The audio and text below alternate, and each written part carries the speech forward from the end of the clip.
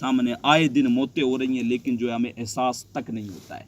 और कब्रिस्तान के अंदर जाके हम जो है जब मुर्दे को दफन करने जाते हैं वहाँ भी जाके हम हंसते हैं, और वहाँ पे भी जाके हमें गीबतें याद आती हैं।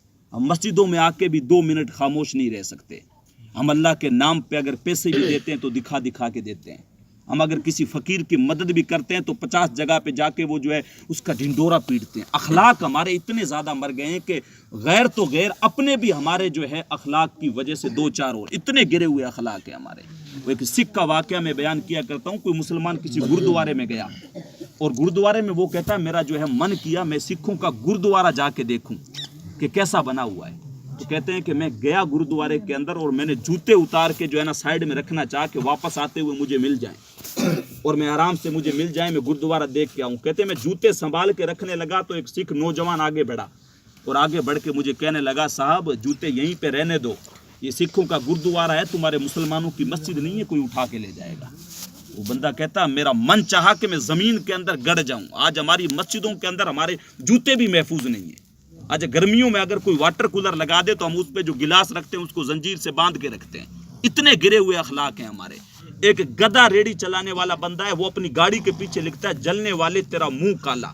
हम उसको भी चैन से जीने नहीं देते हैं। एक जो है वो ऊंट गाड़ा चलाने वाला, वो भी हमारे जो है परेशानियों की वजह से दुखों में मुब्तला है। तो सोचें आज कौम मुस्लिम रह कहाँ गई है। एक वो वक्त था जब औरत को बच्चा पैदा होता है उसको जो दर्द होता है, तो जो है गैरों के अंदर ये अकीदा था कि जो है कोई मुसलमान ढूंढ के लाओ जो पास से गांव के अगर कहीं मिल जाए तो उसका जो ये दामन होता उसका पानी धो के उसको पिला देते थे, उसको बच्चा आसानी से पैदा हो जाता था, उसका दर्द दूर हो जाता था। आज हम देखें खड़े कहाँ पर हैं। आज हमारे अखलाक बिल्कुल लुट गए हैं। आज हम किसी को मुंह दिखाने के लायक नहीं है। हमारे असलाफ तो ऐसे थे जिनको देख के लोगों के जो है लबों पे कलमा जारी हो जाता था। हमें कलमा ही पढ़ना नहीं आता, हमें कलमा ही पढ़ना नहीं आता। हमने अपना हुलिया बगाड़ दिया है। हमने सब कुछ जो है दीन को इस कदर दागदार कर दिया, लोग हमारी वजह से दीन पे उंगलियां उठाते हैं। जब बसरा के अंदर इमाम मोहम्मद बिन हसन शैबान रहमतुल्लाह अलैह आने लगे तो यहूदी इकट्ठे हो गए कि हम मुसलमानों के इमाम के साथ मुनाजरा करेंगे और उनको जो है हरा देंगे। तो इमाम मोहम्मद जब बसरा के अंदर दाखिल हुए तो घोड़े पे सवार थे, जुब्बा पहन रखा था, अमामा बांध रखा था और जो है वो नूरानी चमकदार चेहरा। जैसे ही वो घोड़ा लेके दाखिल हुए बसरा के अंदर, वो जो यहूदियों का जो आलिम खड़ा था मुनाजरा करने के लिए, मैं से बहस करूंगा, उसकी जुबान पे कलमा जारी हो गया, जोर जोर से पढ़ने लग गया ला इलाहा इल्लल्लाह मुहम्मदुर रसूलुल्लाह। मुसलमान जो है हैरान रह गए, ये तो मुनाजरा करने के लिए खड़ा हुआ था, ये कलमा कैसे पढ़ने लग गया। उस जो है यहूदी से पूछा तू तो मुनाजरा करने के लिए आया था और तू जो है कलमा पढ़ने लग गया, बात समझ में नहीं आई। तो वो यहूदी कहने लगा मैंने जब इमाम मोहम्मद का चेहरा देखा तो मेरे दिल में ख्याल आया जब मुसलमानों का छोटा मोहम्मद इतना खूबसूरत है तो बड़े का आलम क्या होगा, जो इनका नबी है फिर उसका मकाम क्या होगा। तो ज़रा जो है आज हमें जो है वो बताना पड़ता है लोगों को, मैं मुसलमान होता हूँ, मैं फुला होता हूँ, मैं इस ख़ानदान से हूँ, मैं ये हूँ। एक बुजुर्ग थे फरमाया करते थे साहिबों तुम अपना किरदार ऐसा बना लो, तुम अपना चाल चलन, तुम्हारा लिबास, तुम्हारा चेहरा, जिंदगी जीने का ढंग ऐसा हो कि लोग दूर से पहचान के कहें वो देखो हुजूर का गुलाम आ रहा है, वो हुजूर का उम्मती आ रहा है। आज हमने तशख्खुस मिटा दिया है, आज हमारे चेहरों से पहचाने नहीं जाते हम मुसलमान हैं। जरा देखें तो सही मस्जिदें वीरान पड़ी। अब इतना बड़ा गांव होगा, 200-250 घर हैं, अब हम सबको पता है, लेकिन ये मस्जिद देखें आज हमारे घर भी ऐसे हैं नहीं। हम अगर दिल पे हाथ रख के गौर से देखें क्या हमारा घर ऐसा है, हम एक कमरे में कहीं रह रहे हैं। हमारे घर की तो जो है 2-2 मंजिला कोठियां बनाने के मंसूबे हमारे जहनों में हैं। हमने पता है हमने अच्छा सा प्लाट लेके उसके ऊपर बड़ी बिल्डिंग तैयार करनी है। हमने सारे मंसूबे यहाँ पर बना रखे, लेकिन अल्लाह के रसूल का फरमान सुनो। मेरे हुजूर ने इरशाद फरमाया जो अल्लाह के लिए मस्जिद बनाता है अल्लाह उसके लिए जन्नत में घर बना देता है। अल्लाह उसके लिए जन्नत में घर बना देता है। और वाकई में हुआ है ऐसा बहुत मरतबा। एक किसी बादशाह ने जब ये हदीस पढ़ी तो ऐलान किया कि जो है मैं अल्लाह के लिए अकेला मस्जिद बनाऊंगा, अकेला। उसने मस्जिद का काम शुरू कर दिया, किसी का एक पैसा भी ना लिया जाए। अब वो काम चलता रहा। एक कोई गांव के अंदर था लकड़ी का काम करने वाला बंदा, जो लकड़ियां काट के लाता जंगल में से, गांव में शाम में ला के बेचता, तो 2 वक्त का खाना बनता था। तो उसने भी हदीस पढ़ी तो कहा मेरे पास तो इतनी हैसियत नहीं है कि मैं अकेला मस्जिद बनाऊं। तो उसने अपनी लकड़ियों के अंदर 2 ईंटें छुपा ली और बादशाह की मस्जिद बन रही थी, उसके करीब से गुजरा तो पेड़ की छांव में अपना लकड़े का जो भारा था रख दिया। तो सिपाहियों ने कहा भाई यहाँ से चलो, यहाँ क्यों बैठे हो। तो कहा भाई थक गया हूँ, थोड़ी देर बैठा हूँ। सिपाही जब उधर हुए तो उसने वो दोनों ईंटें निकाल के जो बादशाह की ईंटें पड़ी थी उनमें मिला दी और चला गया। अब जब वक्त निकल गया, बादशाह सोया तो रात में ख्वाब में क्या देखता है कि जन्नत में पहुंच गया। अब जब जन्नत में पहुंचा, टहलते टहलते देखा एक बड़ा सा मकान बना हुआ है, महल बना हुआ है, उसके ऊपर उस बादशाह का नाम लिखा हुआ है। लेकिन जैसा बादशाह का महल बना हुआ है, जस्ट उसके अपोजिट सामने वो उसका जो लकड़ आ रहा था उसका महल बना हुआ, और उस लकड़ी वाले का नाम लिखा हुआ उसके ऊपर। बादशाह को बड़ी हैरत हुई, मैंने तो मस्जिद बनाई है तब मेरा महल बना, उसने कौन सा काम किया ऐसा। सुबह में जब उठा तो उस लकड़हारे को बुलाया और बुला के कहा कि मैंने तो मस्जिद की अकेले ने बनाई है, तो मेरे लिए जन्नत में महल बना, तेरे लिए कहाँ से बन गया, तूने ऐसा कौन सा काम किया। तो लकड़हारा कहने लगा, हजरत मेरे पास तो इतना माल नहीं है कि अकेला मस्जिद बनाऊं। अब मेरी तो हैसियत 2 ईंटों की थी, मैंने छुपके से वो ईंटें आप वाली मस्जिद की ईंटों में मिला दी। हो सकता है अल्लाह को मेरा यही अमल पसंद आ गया और अल्लाह ने मेरे लिए महल बना दिया। वो रब तो इतना करीम है, जरूरी नहीं है आप जो है दिखा के लोगों को 1 लाख का बंडल दें। आप जरूरी ये नहीं है कि आप 2 लाख रुपए लोगों में 50 में ऐलान करके मस्जिद में दें। अगर आप नेक नीयत से 100 रुपए भी मस्जिद में देते हैं मस्जिद बनाने में, तो यकीनन वो रब इतना मेहरबान है, आपके नाम का जरूर जन्नत में महल बनाएगा। वो बंदे की जो है वो नीयत देखता है, बंदे का जाहिर नहीं देखता। वो रब इतना रहमान, इतना करीम और इतना रहीम है कि वो बंदे की जो नीयत होती है तो उसको देखता है। तो हम देखें आज हम जो है कौन सी जगह खड़े, हम अपने बच्चों को दीन की तरफ लेके आए। बाज़ औक़ात आज होता ये है कि आज सक्का बेटा जो है वो बहुत सी जगह देखने को मिला, अपने सक्के बाप का जनाजा भी नहीं पड़ता, सक्के बाप का भी। मिसाल के तौर पे एक चीज़ रखूँ, हमें नेमतों की जो है वो बिल्कुल भी जो है वो परवाह नहीं है। एक जगह पे किसी बाप ने बड़े पैसे इकट्ठे कर रखे थे, अकेला नौजवान बेटा था और बड़ी ऐश करता था। बाप उसको रोज़ाना समझाता, बेटे ये नेमतें ऐसी ना गंवाया कर। लेकिन उसके दोस्त थे, वो दोस्तों में पार्टियां शार्टियां करना और जो है खूब ऐश किया करता, खूब पैसे बर्बाद करता था। तो एक दिन बाप अचानक बिठा के कहने लगा, कहा बेटे मेरे पास तो जितनी दौलत थी सारी खत्म हो गई, अब मैं तो जो है बिल्कुल गरीब हो गया हूँ, कंगाल हो गया हूँ और मुझे जो है वो बीमारी लाहिक हो गई है। अब ऐसा करो, मुझे जो है 1 आना चाहिए, मुझे दवाई लेके आनी है। तो बेटा था, उसने कई दोस्त बना रखे थे, उनको पार्टियां रोजाना खिलाता था। तो सोचा कि आज तो चलो कोई बात नहीं, 1 आने की तो कोई बात नहीं, अब्बा जी मिल जाएगा। अपने एक दोस्त के पास गया कि यार 1 आना देना। तो दोस्तों ने इतना खाया था उससे, 1 आना कोई मुश्किल नहीं था। तो एक दोस्त ने उठा के 1 आना दे दिया। तो आपको पता होगा आज भी हमारे यहाँ है, तो जो अमीर लोग होते थे उन्होंने अपने घर में कुएं खुदवा रहे होते थे, तो पैसा तो उसके पास पहले बहुत था। तो उसने जैसे ही बेटे ने 1 आना ला के दिया, उसने उठाया कुएं में फेंक दिया, कुएं के अंदर डाल दिया, खुद कुएं के ऊपर बैठा हुआ है। दूसरे दिन फिर कहा बेटे मुझे दवाई लेनी है और मुझे जो है 1 आना चाहिए। तो जो है बेटा गया, फिर दूसरे दोस्त से ले आया। 4-5 उसकी नज़र में थे कि 4-5 दोस्त मेरे खास हैं, मुझे देंगे। अब जब 4-5 से ले आया तो अब दोस्त भी जान गए अब ये कंगाल हो गया, अब ये सड़क पे आ गया है, अब मांगने की कगार पे आ गया, तो अब इसको साइड में करो। तो दोस्ती भी उसी वक्त तक होती है जब तक आपके पास पैसे हों। जब यतीमी हो जाती है ना, यतीमी लावारिस होती है, फिर उसका कोई वारिस नहीं होता। अगर आपके पास आज ओहदा है, आप गांव में अगर आज सरपंच हैं, तो जो आपका रिश्तेदार नहीं भी है दूसरे गांव में जाके कहेगा हाँ वो सरपंच साहब, हाँ वो मेरे चाचू लगते हैं। जब रिश्तेदारियां ऑटोमेटिक निकल आती हैं। लेकिन अगर जब आप लावारिस हो गए, जब आप उजड़ गए, सरपंची से हट गए, आपकी कोठी भी नीलाम हो गई, जब कुछ नहीं रहा, तो फिर जो है घर वाले हैं वो भी साथ छोड़ जाते हैं, वो जो भाई सब कुछ भतीजे सारे छोड़ जाते हैं। अब ये कंगाल है, हमने जो है इसने हमसे लूटना, अब हम इससे क्या लेंगे, तो धीरे धीरे करके सारे साइड में होते चले जाते हैं। कुछ नहीं लग रहा है, हाँ ये हमारा अब कुछ नहीं लग रहा है, अब सारा मामला साइड में हो गया है। तो अब 4-5 दिन तो दोस्तों ने दिया, दोस्तों ने कहा भाई अब ये तो कंगाल हो गया, कुछ रहा ही नहीं, तो अब इसको क्या दें। तो दोस्तों ने किनारा कर लिया। तो अब जो है बाप ने अगले दिन फिर कहा बेटे मुझे 1 आने की जरूरत है, मुझे दवाई लेनी है। तो अब और तो उसके पास कोई चारा नहीं था, दोस्त तो सारे किनारे हो गए। तो अब वो बेचारा गया, सुबह से लेकर शाम तक मेहनत की। कभी जो है ना, जिस बंदे ने मेहनत ना की हो, जिसने जो है ऐश करके खाया, उससे पूछो पहले दिन की मेहनत का आलम क्या होता है। हाथों में छाले पड़ जाते हैं। कभी कस्सी उठा के देखे ना, हम जैसे अभी बयान करते फिरते हैं, कभी एक दिन अगर लग जाए कहीं पे, तो फिर हाथों की हालत जो होती है ना वो अजीब सी होती है।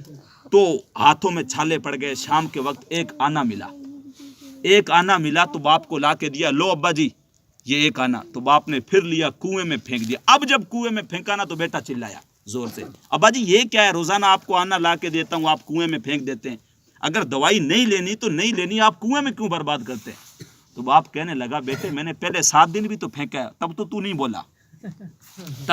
बोला, 7 दिन से मैं तो फेंक रहा हूँ तेरे सामने।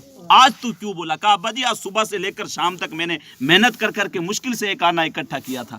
تو کہا بیٹے یہی تو میں تجھے سمجھانا چاہتا ہوں, جو چیز تو برباد کر رہا ہے میری دولت, میں نے بڑی مشکل سے اکٹھی کی ہے, میں نے محنتیں کر کر کے جمع کی ہے, تو دوستوں میں جا کے اڑا رہا ہے, تو شراب کے اڈے پہ جا کے اس کو برباد کر رہا ہے, تو تاش والے پتوں میں جوؤں میں ہار کے باپ کی دولت آ رہا ہے.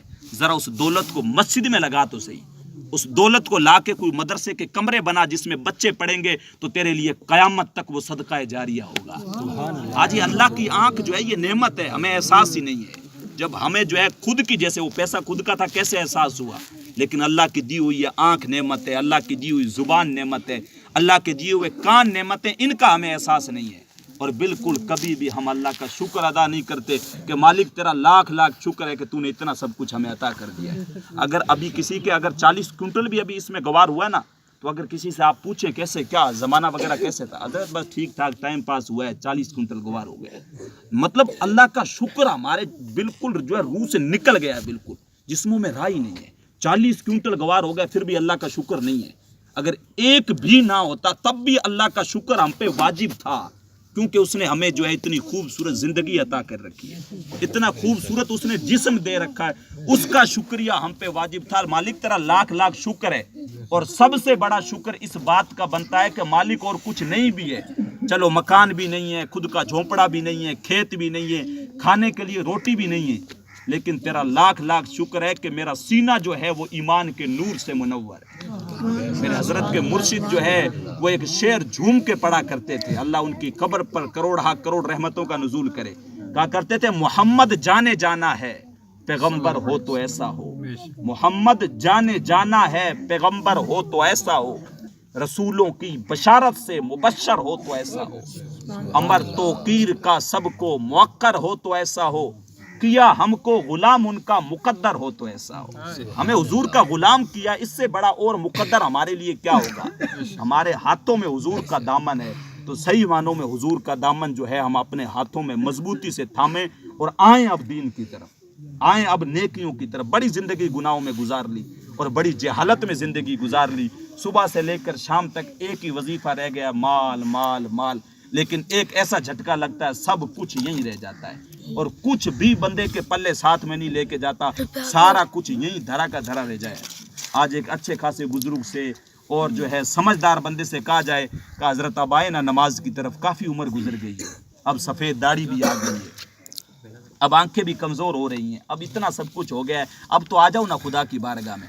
تو اچھا خاصا جو ہے سمجھدار بندہ کہتا ہے حضرت ابھی تو چلو بچوں کی شادیاں کر لیں, اور پھر حج کا پلان بھی ہے, تو حج کا فارم بھر رکھا ہے, حج کا فارم آ جائے, اب حج پہ جا آئیں گے تو پھر حضرت مسجد ہوگی, پھر ہم ہوں گے.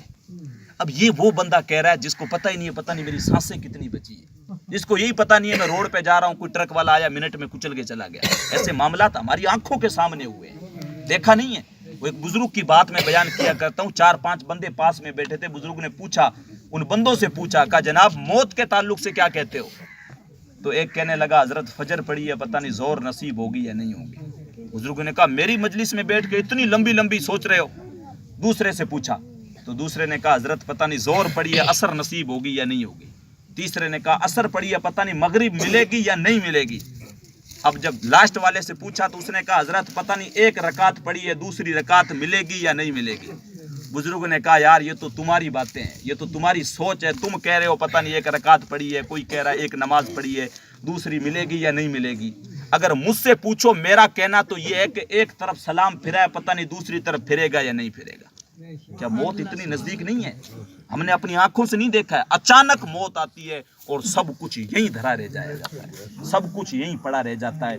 تو ہم جو ہے اللہ کے خوف سے رونے کی عادت بنائیں. یہ جو معصوم بچے بیٹھے یہ ہمارا مستقبل ہے, ان کو دین کی تعلیم دلائیں, دنیاوی تعلیم بھی دلائیں.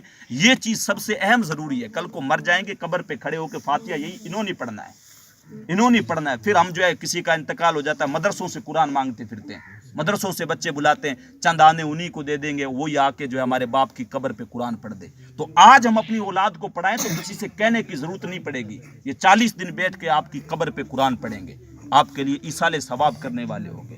اور جو بندے علم دین حاصل کرتے ہیں ان کا مقام کیا ہوتا ہے, मेरे हुजूर ने इरशाद फरमाया, इन तालिब इल्मों का मकाम ये होता है कि फरिश्ते इनके कदमों के नीचे अपने पर बिछाते हैं।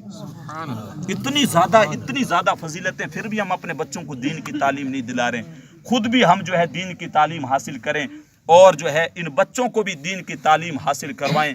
बच्चों को मदरसे में भेजें, मसाजिद को आबाद करें। जब मस्जिद में आएंगे, अब मस्जिद माशाल्लाह काफ़ी पुरानी है आपकी, तो मस्जिद को जो है नए सिरे से भी बनाए। नमाजियों से मस्जिद आबाद होती है, नमाजी भी आएँ सारे घर से। चलो मैं आपको ये नहीं कहता कि आप जो 5 वक्त के अभी से पक्के नमाजी बन जाओ, लेकिन आप नियत तो करो खुदा के बंदो, कम से कम 2 नमाजों की नियत कर ले हम।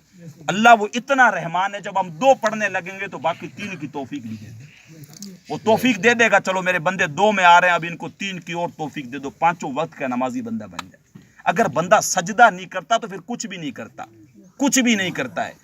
जो है शेख मुहद्दिस किचोचवी रहमतुल्लाह अलैह की बारगाह में एक बंदा हाजिर हुआ, कहा हजरत एक मसला पूछना है। कहा बेटे पूछो।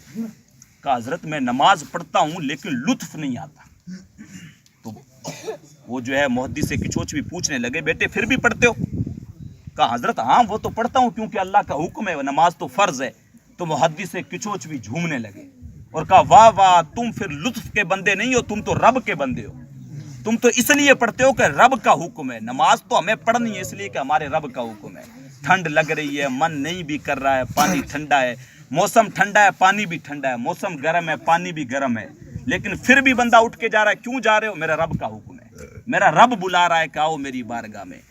अब कुछ लोग कहते हैं वो बंदा बड़ा अच्छा है, बहुत अच्छा, अच्छा नमाज पढ़ता है। नहीं पढ़ता तो अच्छा नहीं है, वो जो अपने रब के हुजूर झुकना नहीं जानता। जब चरिंद परिंद भी उसकी जो है वो तस्बीह बोल रहे हैं, उसकी बारगाह में सजदे कर रहे हैं। ये दरख्त हालत क़याम में, चौपाए जो हैं वो हालत रुकू में, मेंढक सांप ये हालत सजदा में है। लेकिन अल्लाह ने इंसान को ये सारी सिफतें दी हैं कि वो चाहे तो क़याम भी कर सकता है, रुकू भी कर सकता है, सजदा भी कर सकता है। तो वो तो सुबह में उठ के बिल्लों के अंदर चरिंद परिंद भी अपने रब का जिक्र करें, और ये इंसान सुबह के वक्त सोया रहे, गलियों में धक्के खाता फिरे और रब को याद ना करे, तो उससे बड़ी बदनसीबी कोई नहीं हो सकती। तो हम जो है ये दुआ करें। बुजुर्ग कहा करते थे रात में सोते वक्त अपने हाथ की 5 उंगलियां भी गिन लो और नमाजें भी गिन लो कि 5 नमाजें आज मेरी पूरी हैं या नहीं है। अगर 5 नमाजें पूरी हैं तो फिर अल्लाह का शुक्र अदा करके सो जाओ, लेकिन अगर 5 नमाजें पूरी नहीं हैं तो फिर हमें सोचना चाहिए अल्लाह ने भेजा तो हमें इबादत के लिए, फिर हम लग कौन से मकसद में गए। बच्चों को दीन की तालीम दिलाएं, बच्चों को जो है नेक रास्तों की तरफ लेके आएँ, बच्चों को मदारिस में जो है भेजें, स्कूलों में भी भेजें। मदारिस साथ में ज़रूरी है, दीन की तालीम होगी, कुरान जब घर में आएगा तो फिर उजाले होंगे, फिर नूर ही नूर होगा। हर बंदा ये कोशिश करे कि मुझे जो है अब नेकियों की तरफ आना है, बुराइयों से बचना है। बस अल्लाह अज़्ज़ व जल की बारगाह में यही दुआ है, अल्लाह अज़्ज़ व जल हमारे इस गाँव पे खुसूसी अपना करम फरमाए, फजल फरमाए, और जो है जहालत जो है इसको दूर फरमा के इन बच्चों को जो है हमें तालीम दिलाने की तौफीक मरहमत फरमाए। हमें ख़ुद को भी 5 वक्ता नमाजी बनाए। अस्तगफिरुल्लाह रब्बी मिन कुल्ली ज़ंबि व अतूबु इलैहि व मा अलैना इल्लल बलाग। अस्सलामु अलैकुम व रहमतुल्लाहि व बरकातुहू।